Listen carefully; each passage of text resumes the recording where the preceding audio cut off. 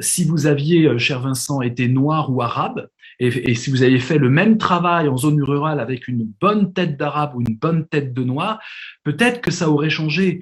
Très simplement, moi, j'ai vécu quand j'avais 13-14 ans à Aix-en-Provence. Hein. Je suis né en 73, pareil que Vincent, et donc à Aix-en-Provence, je venais de 93, donc mes copains, c'était Mohamed et Bakary, et j'arrive dans une ville Aix-en-Provence, où au lieu de dire sale con, on dit sale arabe. Mais tout le monde. Et personne n'est raciste, hein, personne n'est raciste. Mais on dit sale arabe au lieu de dire sale con. Voilà.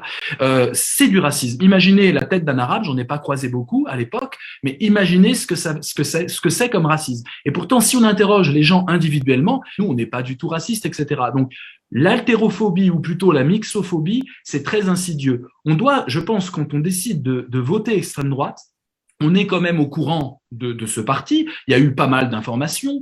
Il y a des journalistes qui ont bien fait leur travail, même si on a pu instrumentaliser ce vote. Je suis tout à fait d'accord avec l'analyse, mais on sait d'où ils viennent. Ils ne tombent pas comme ça de la dernière pluie. Et donc, on sait ce qu'on fait.